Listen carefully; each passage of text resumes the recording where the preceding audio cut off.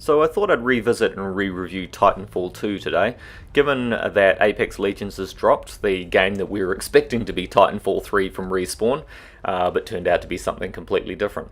And I thought that this might interest people who maybe have never given Titanfall or Titanfall 2 a chance, and have been excited by Apex Legends and would be keen to check out this game, because it's a really phenomenal game, and if you haven't played it, you're really missing out.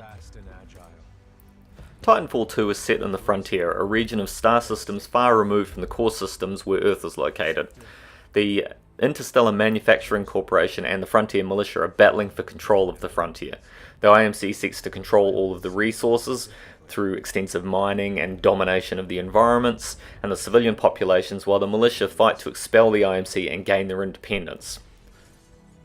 Forces consist of the usual ground troops and the appropriate support vehicles, but the elite troops of these forces are the pilots.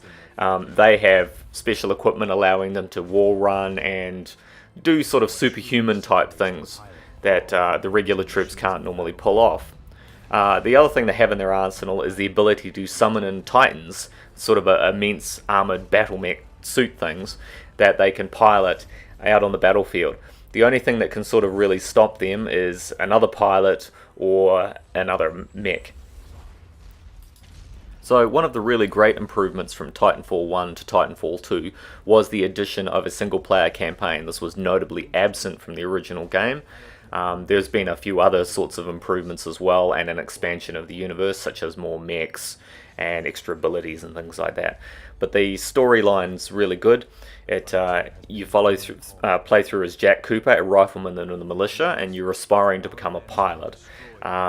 When some things go wrong and you stumble upon a plot, you end up teaming with your downed friend's Titan, BT-7274, to fight the local alien creatures and human enemies from the IMC while trying to stop their plot.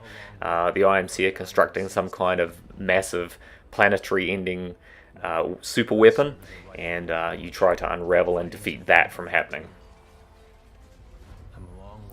The single-player campaign is really challenging in places and features some really good set pieces and quite an engaging story.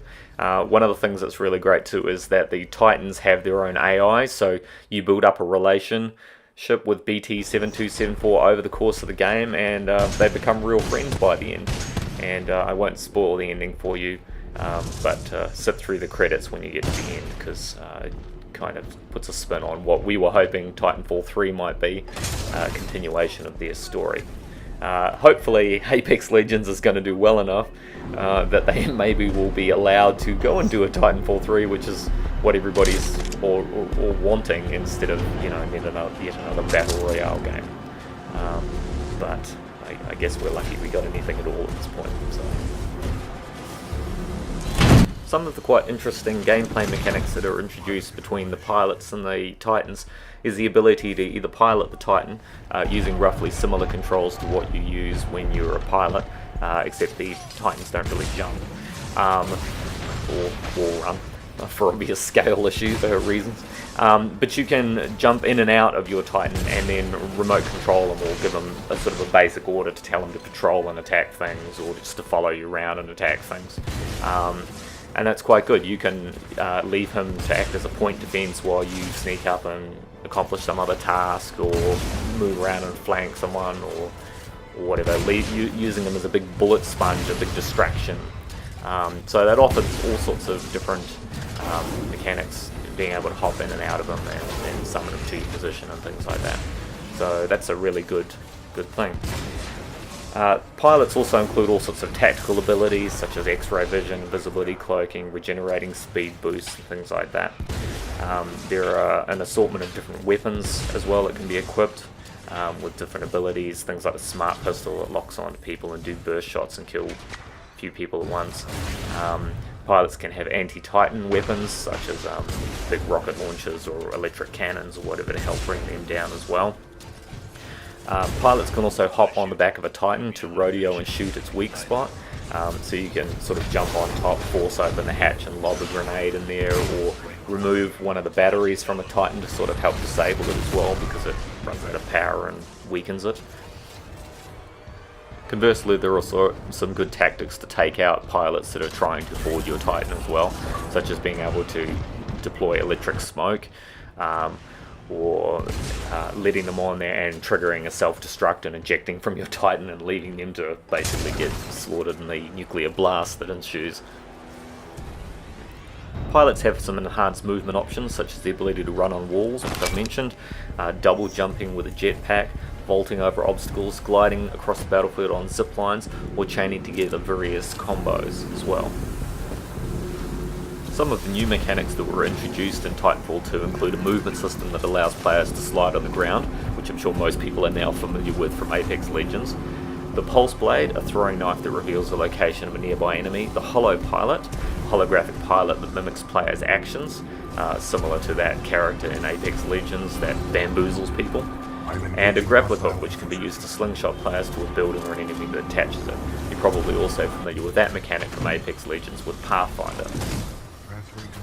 Player executions were something that were also added as well, with pilots having the option at close range to be able to execute their opponents from behind with a melee attack. There are also some execution modes with the Titans as well, where the Ronin can swing around his sword and basically impale it through the front of another Titan. Titanfall 1 featured 3 classes of Titans, but in Titanfall 2, 7 classes were introduced: the Iron, the Scorch, the North Star, the Ronin, the Tone, the Legion, and the Monarch. Iron uses a directed energy arsenal. Scorch engages in combat using area denial incendiary weaponry, so you basically settle the ground and things on fire. North Star excelled in long-range precision attacks and setting traps, and is the only Titan with the ability to hover, so it has a very sort of limited flight mode that you can utilize. Ronin specializes in close quarters combat using a shotgun and a massive sword, which should fulfill most anime-wielding players' fantasies. Tone focuses on mid-range combat with its target-locking weapons. That's the class that I primarily play and I find is quite effective. Legion uses a minigun designed for defense and controlling combat zones. And Monarch, which was added via DLC, is a Vanguard class chassis that can steal power from other Titans to power up its own defensive shield. The Titans have their own movesets, which is different from those of the pilots. For instance, they can dodge quickly to evade attacks. The Titans are not like your traditional battle mech. They're not immensely large, but neither are they slow. They are slower than the regular player, but they are quite maneuverable on the battlefield, and you can dodge out of the way of incoming attacks and things like that. Multiplayer features a number of different modes. These modes include Amped Hardpoint. In this mode, teams receive points if they can hold control points for an extensive period. The team that accumulates more points wins. Bounty Hunt. Players are rewarded with money if they kill enemies, opponents, or AI-controlled grunts. Players need to return to specific points to deposit the money. Players can also steal opponents' money by killing them. The team that has the highest score wins. There's Pilot versus Pilot, a standard team deathmatch mode, but players cannot summon any Titans. It's pilots only. Capture the Flag, standard capture the flag mode. Capture the flag of the enemy and bring it to the team's base while preventing opponents from stealing your team's flag. Attrition, a standard team deathmatch mode in which players can summon Titans. Points are rewarded to a player's team when they kill a human-controlled enemy or an AI-controlled grunt. When a team earns enough points, the game transitions to another phase. Losing team needs to reach the evacuation zone, which is usually an area on the map marked with a shuttle that arrives, while the winning team needs to eliminate all opponents. And they can usually do that by blowing up your escape shuttle as well. Skirmish, this mode's like Attrition, but there is no AI-controlled grunt, and the score needed for phase transitioning is lower. Last Titan Standing, a standard team deathmatch mode, but players cannot eject from their Titan. Free-for-all, players are tasked to kill each other in this mode, so deathmatch basically. Colosseum, 1 versus 1 multiplayer mode where the player is tasked to eliminate the other player. You gain access to that mode through Colosseum tickets. These are earned in other multiplayer modes, or you can buy them with credits or receive them in gifts granted when you level up. Titan Brawl, standard team deathmatch mode, but players spawn with Titans and cannot eject or disembark, so you're basically locked in your Titan. And finally, Frontier Defense, a player versus environment multiplayer game mode where 4 players face up to 5 waves of enemies. The ones I play quite a bit, Frontier Defense, which is excellent. It's a really good game mode to play, and things like Skirmish and stuff. Pilot v Pilot is not one that I particularly enjoy, to be honest. They do have the ability to leave certain modes off your matchmaking list, and that's one that I drop. I just find that you get mangled pretty quickly against other pilots, and I prefer the long-term survivability of having a Titan. So in the multiplayer modes where you don't start with a Titan, when you start on the ground as a pilot running around, there is a Titan meter which fills up slowly while you're playing the game. It fills faster when you kill an opponent, inflict damage on enemies, or complete an objective. When a certain percentage of the meter is filled, it will announce that you can now summon a Titan. The Titan will drop out from the sky, and you can say where you want the Titan to land.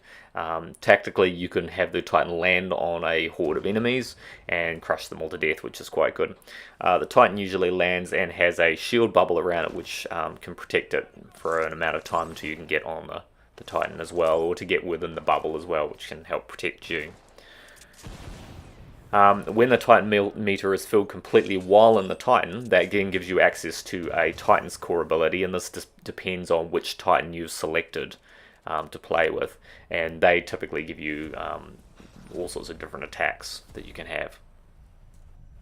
So the different core ability attacks for the Titans are the Ion and the Ion Prime have the laser core. So when you trigger that, a deadly oversized laser beam fired from the chest of the Ion and capable of anything stopping anything that gets in its path, kind of like the Uni beam from Iron Man. The Scorch has the flame core. It creates a giant wave of fire that destroys everything in its path. The North Star Prime has flight core, so you can hover while unleashing rockets at targets below. The Ronin features the sword core. It empowers his melee and sword abilities and gives access to new sword attacks. The Tone has the salvo core. It's one I enjoy. It unleashes a barrage of rockets that can be guided in flight. They'll prioritize any locked target Tone looks at. You can actually use them to fly around corners and take out a whole bunch of enemies around the corner. Legion has the Smart core. It gives you the Predator Cannon, which automatically locks onto anything in range. And the Monarch has the Upgrade core. It upgrades the Monarch's abilities on each use, so the Monarch steadily gets more powerful as it goes on. Titanfall 2 also features similar customization options to Apex Legends. You can customize your Titans and your players with various different kinds of camos or patterns and things like that you can put on, and these can be unlocked during gameplay, or they can be purchased through the store. One of the really good things about Titanfall 2, though, was free DLC. So there was a consistent stream of new maps and different add-ons and things for modes. I think, yeah, there was also that new Titan that was introduced. I think on that one you had to pay for that. But generally, a lot of the customizations are mostly related to look and feel. There are also some Prime Titans that do have some perks on them, and I believe they're unlocked through a payment. But I think they're only playable through the certain mode, which I think is one of the attrition modes, or the wave-based modes. So they don't really disrupt a lot of the main gameplay of the game. So to sum it all up, Titanfall 2 is an excellent game. It's really well polished. It's well worth checking out. It combines all of the best things I think of COD, Call of Duty. Things like the really good storyline, excellent multiplayer. I don't know what it is about the games, but they always move fast and they're buttery smooth and the graphics are beautiful and the multiplayer works really well and there's lots to do. It's definitely a game that's, I think, is really worth checking out. Sadly, the game did not do particularly well on release, and I think this was mostly down to EA, who made the boneheaded decision to release it between COD Infinite Warfare and Battlefield 1, I think. And I think people just didn't know enough about the game. It wasn't publicised particularly well or anything like that. So I think you really missed out on it if you haven't looked at the game. It's certainly cheap enough now to purchase through some of the second-hand stores or the GameStops and whatnot, and I think it's really worth getting into it. People are still playing it, the servers are still up, the game is still being supported even after all this time, and hopefully if it gets some love, that we'll see a Titanfall 3 in the future, which would be excellent. So I hope this review has swayed you. If you didn't know anything about it and haven't seen it, and you love Apex Legends, this is all of that and more. More being giant robots, and let's be honest, who doesn't want to run around in a giant robot and step on people, or smash people, or blow people up? It's all good. Check it out. As always, if you enjoyed this review, and I'm working on getting better with these things, feel free to leave some comments below. Click on the like and subscribe buttons, and smash that little bell so I can send you other things. And I've got some more reviews coming out soon, and possibly some more things about Apex Legends, and I'll see you back then for those. Thanks for watching. Bye. BT! Got you.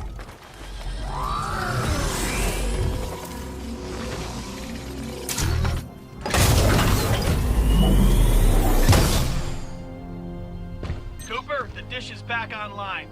Get back here and we'll send this message to the fleet. Outstanding.